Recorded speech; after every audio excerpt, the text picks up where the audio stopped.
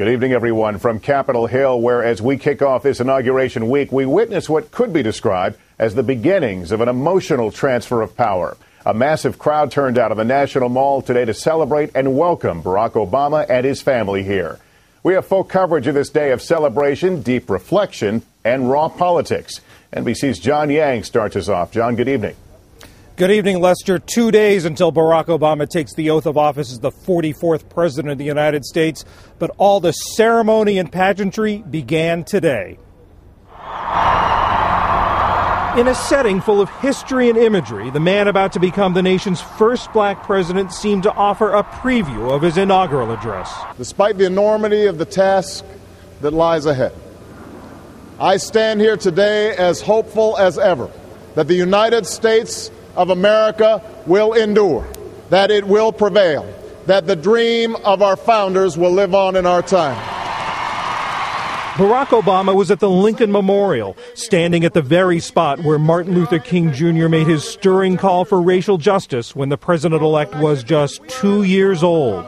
Directly in front of us is a pool that still reflects the dream of a king and the glory of a people who marched and bled so that their children might be judged by their character's content.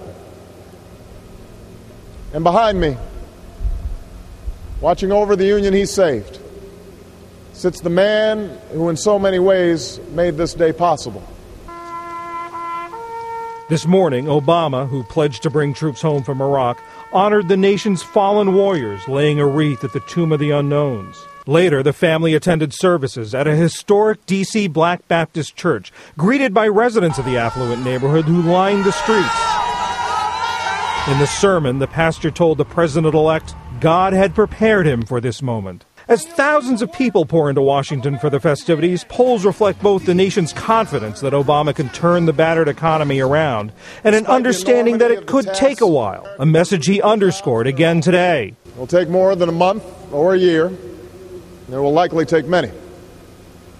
Along the way, there will be setbacks and false starts and days that test our resolve as a nation. Today's concert at the Lincoln Memorial kicked off 3 days of pageantry and celebration, both official and spontaneous.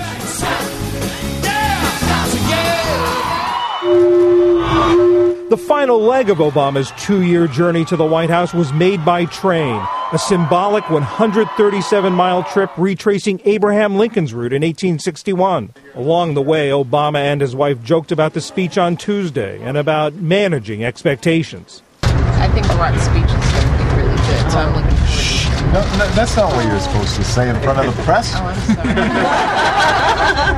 sorry. You're supposed to say it'll be all right. Oh, it's all right. It's all right. Obama cleared his schedule last weekend to write his inaugural address. Aides say he's relieved to have it on paper and ready to deliver. Lester? John Yang, thanks very much.